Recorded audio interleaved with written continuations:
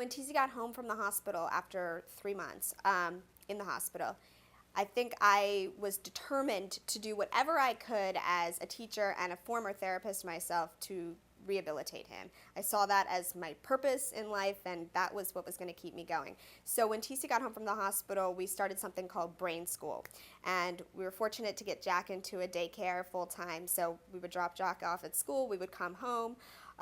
We would sometimes go to the gym first and work out for an hour, and then we would sit down and we would get very, very serious about working on speech. We started with flashcards that I borrowed from teacher friends that were just the alphabet and making the sound that matched the letter, and even that was extraordinarily difficult.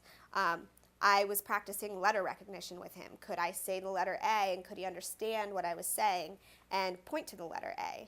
And when you have aphasia, it's not a loss of intellect. He was still as brilliant 3 months post-injury as he was before his injury. The problem was that his brain could not process language anymore. So the words that I was saying to him were kind of coming in sounding like a foreign language. It's like being in another country and being totally immersed in a foreign language. So I'm saying the letter A and he's hearing rrr. So it's not that he didn't know what the letter A was. It's not that he couldn't make it if he knew what the directions were. It's that we had to get through a lot of this kind of auditory processing in order to reestablish those connections. So we would do flashcards. I would have him practice writing important names and dates because I knew he was going to want to be able to give his own personal information, but also Jack's information. We used all kinds of different games for occupational therapy purposes, so just picking up pegs and putting them in a game board. We got very creative and we tried to involve Jack in it as much as possible so that it felt fun.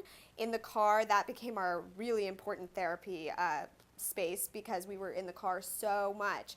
My mom was going through chemotherapy, so I was driving her to chemo, driving TC to therapy, driving Jack to school, and I was spending hours in the car every day. So I began to wonder what else I could do for TC to help him with the language, because if nothing else, I knew the speech was the crux of it. I mean, if he didn't get his speech back, he couldn't go back to work. And it would be very hard to be married to somebody that you just couldn't communicate with. So we would listen to books on tape and then have the book in front of us so that he could hear the words and then see the words.